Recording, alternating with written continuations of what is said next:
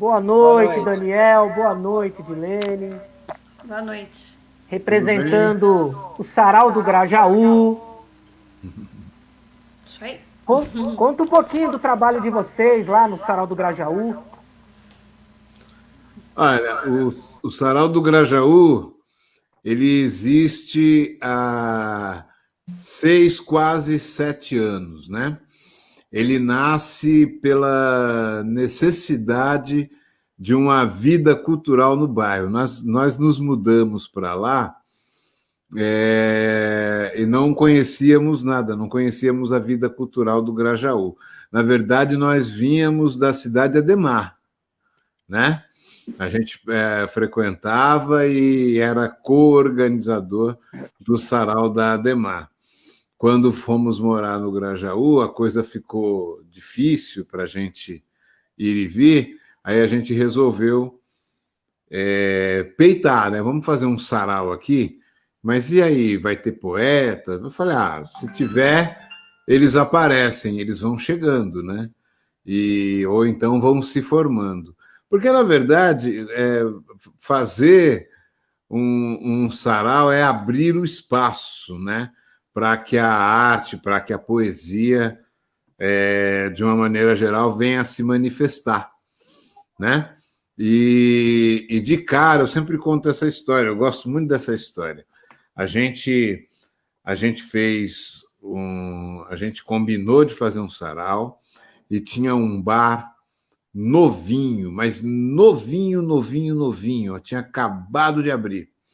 Nesse bar já tinha palco, tinha som, microfone, projetor, tinha tudo que você imagina para a realização de um evento como esse. A gente foi lá e conversou com o dono do bar e tal, aquela coisa, e ele topou. Só que eu fiquei inseguro, né? Fiquei muito inseguro de fazer lá. Eu falei, não vai dar certo isso. Por alguma razão, eu não quis fazer lá. E aí eu conversei com ela e tal, e ela não entendeu direito, mas também ficou meia reticente, aquela coisa toda. E aí a gente saiu para tomar uma cerveja e fomos até o bar da Tia Nilde, onde se faz o sarau hoje. Você conhece o bar, né, Betinho? Sim. Aí, quando chegou lá, a gente encontrou um cenário incrível, maravilhoso. Tinha meia dúzia de bêbado do lado de fora, tomando cachaça, cuspindo na rua. Tinha um bêbado deitado debaixo da mesa de bilhar. Tinha outro tentando roubar a carteira desse que estava bêbado. A Tia Nilde com uma vassoura na mão, batendo nesse que estava tentando roubar, mandando ele embora. Sai daqui, ninguém rouba no meu bar. E tal. Eu olhei para a Edilene e falei, Edilene, você não acha que esse lugar é o lugar perfeito para a gente fazer um sarau? Ela olhou na minha cara e, surpreendentemente, ela falou, acho. Aí a gente foi conversar com a Tia Nilde e ela que estava toda brava, ela deu um sorriso tão... E aí a gente falou, então vamos fazer aqui. Faltava uma semana para fazer o sarau lá no outro estabelecimento e a gente só transferiu o lugar. E de lá para cá a gente não falhou nenhum mês. Foi muito bom. Legal, muito bom. Muito legal. Mas o que, na verdade, a gente sente é a energia do lugar e a energia das pessoas. E eu quero dizer mais. Naquele momento em que eu vi aquela bagunça toda, eu costumo dizer que a gente escolheu o bar mais cachorro do Grajaú para fazer um sarau. E aí as pessoas, mas como deu certo? Falo, exatamente por isso. Porque só precisa de remédio quem está doente. Né? A gente tem que parar de falar para a gente mesmo. Fazer sarau de poeta. Não existe. Sarau de poeta é muito classista, é muito qualquer coisa. A gente tem que fazer sarau de gente, sarau para as pessoas. Tanto é que de lá a gente começou o sarau e lá a gente encontrou Mal Rodrigues, lá a gente encontrou Valdivino, lá a gente encontrou, enfim, uma infinidade de poetas. Denise Alves, que hoje é uma excelente cantora, gente da comunidade que não tinha contato, acesso, que não lia, que não escrevia e que passaram a se dedicar à arte, a movimentos culturais e tal, a partir do Sarau do Grajaú, que foi uma injeção de ânimo para essas pessoas. As pessoas estavam com seu talento, com a sua energia, com a sua força criativa guardada. Isso faz mal, cara. Isso dá câncer, né? E aí elas encontram, porque aí a gente vai entender, Betinho, que o tamanho da responsabilidade que é fazer um sarau na periferia. Fazer um sarau na periferia é exercício, é exercitar a beleza, é arrancar daquelas pessoas o melhor delas, é fazer com que essas pessoas venham e tragam as suas referências poéticas, musicais, e que aprendam com as outras, né? Aprendam e possam dizer que o sarau, antes mesmo de ser um espaço de fala, é primeiramente um espaço de escuta. A pessoa vai lá para aprender. Ela fala uma poesia, apenas uma poesia, mas ela ouve 50. Olha como é rico isso. Olha, estou falando bobagem, Edilene? Você pode me corrigir, né? Tá certíssimo. Olha como... aqui para o microfone não ficar fazendo barulho. Tá. É que eu estava tão calado, eu falei de repente, né? Então, olha como é rico isso, como as pessoas estão crescendo e aprendendo, né? Dentro dessa possibilidade dessa poesia em construção, dentro da comunidade. A poesia lá é feita por professores, tem alguma coisa ligada dando eco. É feita por professores, é feita por donas de casa, é feita por entregador de gás, é feita por motorista de Uber, enfim, é a comunidade se manifestando dentro da sua vivência, dentro da sua condição, enfim, é isso. Fala, isso te lembra alguma coisa, Wander? Esse movimento aí? De pessoas que não escreviam passar a escrever, totalmente, gente que não recitava, passou a recitar. Tudo que você falou, Daniel, se alinha justamente com tudo aquilo que a gente começou no Poesia de Porão. Foi da mesma maneira. Que bacana. Óbvio que a gente já tinha um bar em comum, que né, o Rock Blues Bar, mas lá não existia poesia, né? Existiam as bandas que tocavam e tudo. E eu e o Betinho começamos com essa história das poesias lá, e quem não falava começou a falar, quem não queria dizer alguma coisa começou a dizer, e mesmo aquele que ficava ali parado escutando, com aquela vontade de querer falar alguma coisa, sempre deixava alguma coisa. Eu ainda vou chegar naquele palco e vou falar algo, porque desperta a pessoa se incomoda. Não se incomoda pelo que está acontecendo amplamente, né? Porque ela fica maravilhada pelo que está acontecendo. Ela se incomoda por ela não conseguir chegar ali também e reproduzir algum texto, entendeu? E a gente vê que com o tempo as pessoas vão se seduzindo por essa magia que é o poder principalmente de escutar, e você também, a gente sempre tem algo a dizer, né? Isso é lindo. E você, Edilene, fala um pouquinho da sua vivência. A Edilene sempre diz que a arte ela tem o objetivo de mudar as coisas de lugar, de mudar a geografia das coisas. Eu acho isso muito importante. Fala, Edilene.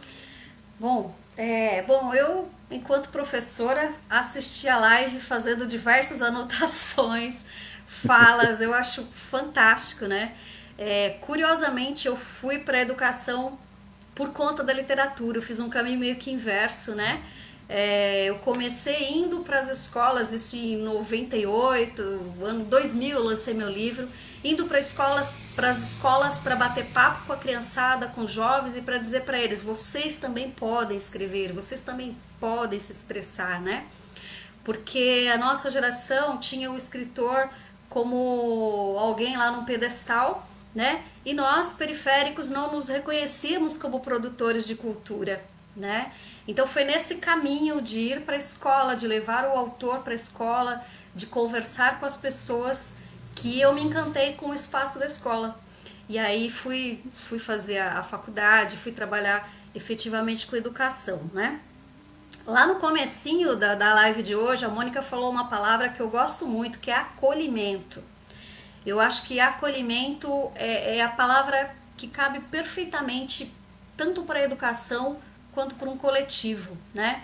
Todos os coletivos, sejam feministas, seja de questões raciais, seja por moradia, de literatura, ele vai ao encontro de pessoas que precisam desse acolhimento, né? Então o que a gente encontrou no Grajaú foi, nós fomos acolhidos, Daniel se mudou para lá antes que eu, nós fomos muito acolhidos no Grajaú e nós retribuímos acolhendo outras pessoas.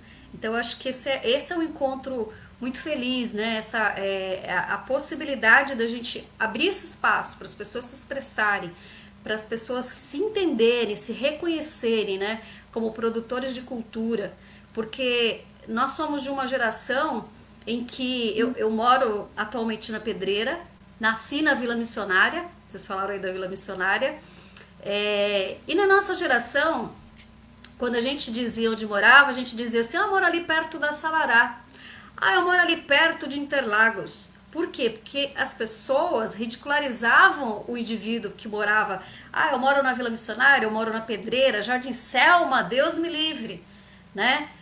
Então essa questão da territorialidade que o sarau vem mudar, né? E eu sou muito apaixonada por sarau, achei maravilhoso todas as pessoas que passaram aqui hoje com vocês, parabéns ao Fritito, a vocês todos, né? E o que me chama muito a atenção é assim, primeiro eu acho muito oportuno, né? Uma ONG com o nome Freitito, um peso, né, imenso, porque é um símbolo de resistência, né? Então, assim, em 1968, 69, o Freitito estava sendo preso, né? Resistindo, lutando.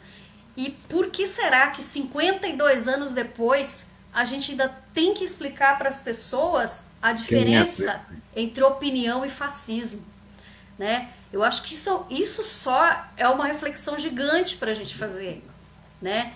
Então, assim, opinião você dá sobre música, sobre cor, sobre arte, sobre, sei lá, sobre a sua roupa. Ética não se discute, né? E fato não muda, né? Fato é fato. Né? Fato é fato. A gente não adianta dizer que não houve ditadura, não adianta falar que o nazismo é de esquerda, que a terra é plana, que vacina faz mal.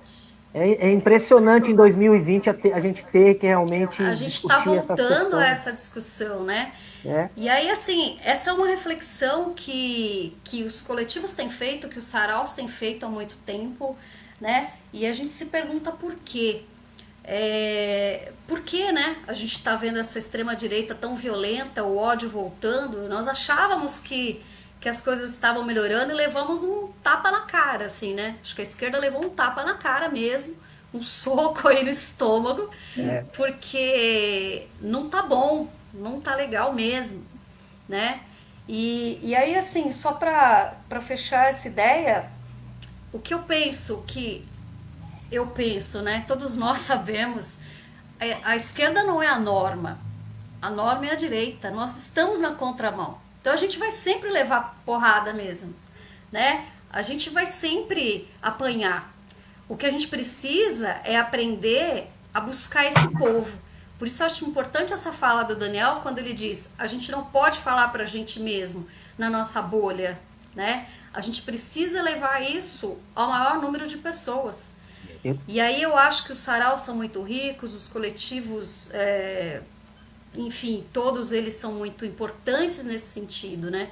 A gente precisa dizer para as pessoas, gente, o que está acontecendo aí é assustador, né? O que está acontecendo aí é uma truculência da direita se impondo mesmo sobre todo o chão que a gente conquistou até aqui, né? E aí, lá no começo, nosso amigo disse que nós estamos meio que na UTI, né? E eu sei que é pesado, né? A gente não tá romantizando, não. É pesado para quem tá na militância. Mas eu tinha um amigo, também escritor, que ele dizia o seguinte: a vida e a militância são como uma grande corrida de revezamento. Sabe aquela que você vai passando o bastão? Então, outros vieram antes de nós. A gente faz a nossa parte e a gente vai passar para frente isso, né? A gente não pode desanimar. A gente precisa pensar que nós temos filhos, netos, né? Pessoas queridas que a gente precisa minimamente ajudar a diminuir essa bagunça que a gente fez até aqui. A gente enquanto ser humano, né? Mas é muito bom estar aqui, muito bom estar ouvindo todas essas pessoas maravilhosas que passaram. Eu vejo, vou falando muito em função do que a Evinha falou, né? Essa questão das mulheres, muitas mulheres adoecidas, muitas mulheres se retirando da militância, muitas mulheres se retirando dos coletivos, porque as demandas são muitas, né? Então a gente precisa se acolher, se apoiar e se ajudar, porque eles estão vindo para cima mesmo, com vontade. Alguns dias nós tivemos uma colega aí de um coletivo feminista que teve seu nome, foto, seus dados vazados por aquele deputado cretino que fez lá um documento, né? Pediu para as pessoas, todo mundo que se diz antifascista, ele pediu que fosse denunciado. Então, assim, voltou a caça às bruxas, entendeu? E a gente precisa ficar de olho. Hoje a gente tem, no mesmo momento que está acontecendo essa live, está acontecendo um grande movimento chamado Ocupa a Cidade, com o Sarau da Cooperi, Faelo, com escolas, enfim. Então, assim, a gente tem que estar atento mesmo, tem que se fortalecer, né? Essa amiga ficou extremamente assustada, eu fiquei muito assustada, porque muita gente foi atingida, a lista era bem grande, né? Muita gente foi atingida, e assim, é muito fácil. Era bem grande. É muito fácil acabar com a vida de uma pessoa hoje, por conta de internet. Tem um camarada nosso do Comitê de Lutas, inclusive foi citado no começo, né? Pela Zulta, né? O Aguinaldo, ele tem batido muito nessa tecla da segurança, da questão da segurança. E não é só a segurança física, é também essa questão da segurança das redes, né? A gente tem que se cuidar, porque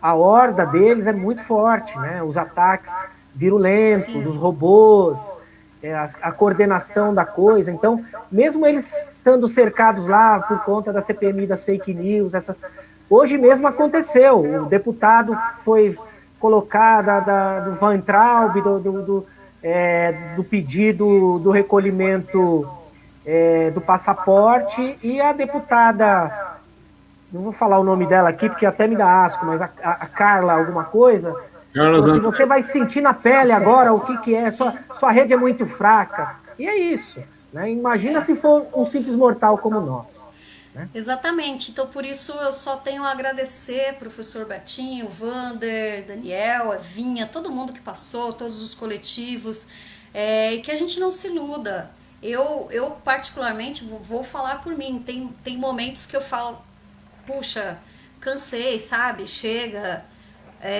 que a gente vai conseguir? E aí o que nos fortalece são os amigos mesmo, é essa rede que a gente vai criando, e essa rede precisa estar muito atenta, tá? Principalmente mulheres em diversos coletivos estão recebendo ameaças veladas, ou como esse deputado aí, né, tendo seus nomes expostos, seus dados, e é um risco, né? É um risco sim, mas a gente vai superar. E a gente conversou isso hoje, né, Betinho? Conversamos hoje. Que cansa a gente militar, né? A gente querer dialogar, suga a gente fisicamente, emocionalmente, mas a gente não pode se cansar disso. A gente esse é o momento que a gente tem que colocar a cara para bater. E se for para levar porrada, a gente leva e levanta, e leva de novo e levanta. É assim, né? É que se a gente abre mão, o monopólio é deles, né? Era o que estava acontecendo nas ruas. O monopólio estava com a extrema-direita. E aí, só de algumas pessoas terem ido à rua, a coisa já tomou um outro com outro caráter. O que vocês eu prepararam acho que- para nós aí de poesia, de texto literário? Bom, vamos lá.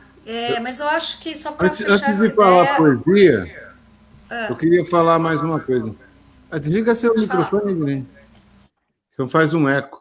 Esse negócio da gente não falar, parar de falar para a gente mesmo, é um negócio muito sério. A gente se isolou, a gente fechou as possibilidades de uma conversa, de uma negociação ou de um entendimento, uma compreensão maior. A gente, todo mundo que tem das redes sociais, que tem amigos com ideias totalmente contrárias, ideias estúpidas e contrárias às nossas, a gente foi limpando, tirando. Eu não fiz isso. Olha, mas é muito difícil, muita gente, né? E tenho dito isso em todos os fóruns em que eu tenho de militância. O quanto isso, de uma certa forma, dá um alívio, Daniel, num primeiro momento, mas aí a gente cada vez mais se fecha dentro da nossa bolha, enquanto eles são dentro da bolha deles, e a gente realmente não tem troca. E não cresce, né? Exato. Ninguém constrói nada, não se permite uma conversa, né? Falei disso com o Vander hoje também. E eu fiz isso, e fiz muito, muito. Nossa, eliminei uma galera do mal, você não tem ideia, né? Joguei fora mesmo. Depois você fica pensando, e aí, o que eu fiz? Eu fiz bobagem, né? O certo é ter essa galera, é mostrar que... ele se incomodar com você, né? Mostrar que a gente está fazendo, mostrar que a gente tem um sarau de poesia, mostrar que a gente tem um movimento, mostrar que as coisas estão acontecendo e que a gente não está no mundo a passeio, entendeu? A gente jogou errado mesmo, né? Então está na hora da gente rever esses conceitos. Eu estou dando o exemplo das redes sociais, deve ter muitos outros exemplos aí que a gente pode dar. Sim, mas eu concordo plenamente. De como se aproximar melhor dessa galera e tentar novamente trazê-los para cá, entendeu? É até difícil dizer, eles não são nossos inimigos, eles são equivocados, né? Não é muito fácil, não. Mas voltamos a Edilene. Manda o poema, Edilene. Bom, vamos lá, deixa eu mandar um poema. Para lembrar que tudo isso começou com um golpe absolutamente misógino, absurdo, né? Eu escrevi um poema em agosto de 2016. 1 minuto de silêncio pelo silêncio dos tribunais, porque o silêncio é uma prece. 1 minuto, mas 1 minuto somente para que a ação não se disperse. Uma lágrima apenas pela mulher que não pode chorar para que a força não feneça. Um suspiro de assombro, um descanso, um ombro, e que a paz ainda assim prevaleça. Um só coração na valentia, um só povo, uma só gente, para muito além das utopias, das melodias, da poetização indolente, para além dos clichês e frases feitas, que o brado maior a rasgar o vento seja o de gente que ainda se importa. Uma mão na flor, mas se preciso for, um bom pé na porta. Muito bem. E você, Daniel, o que você preparou? Olha, eu acredito... Eu sou muito apaixonado, né? Então eu acredito ainda que a poesia tem o poder de melhorar as pessoas, né? E melhorando as pessoas, você melhora o mundo, melhora o convívio. Então, vou falar uma poesia simples, quase infantil, que gosto muito.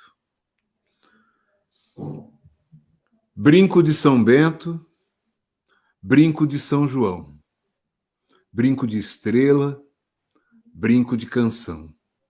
Brinco brincadeira, brinco na fogueira, bola de sabão. Brinco mares, brinco ares, nos bares ainda brinco solidão. Brinco vasto mundo, sou Raimundo e sou nação. Sou valente, sou trabalho, sou poesia. E com poesia eu não brinco, não. Uou! Muito bem. Obrigado pela participação de vocês, representando o Sarau do Grajaú. Muito A parceria está queridos. formada, tá? Vocês serão sempre bem-vindos no Sarau Poesia de Porão. E assim que possível, eu levo o Vander lá.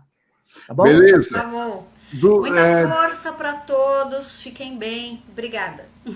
Dia 27 próximo, sem ser... É sábado próximo, né? Sábado próximo.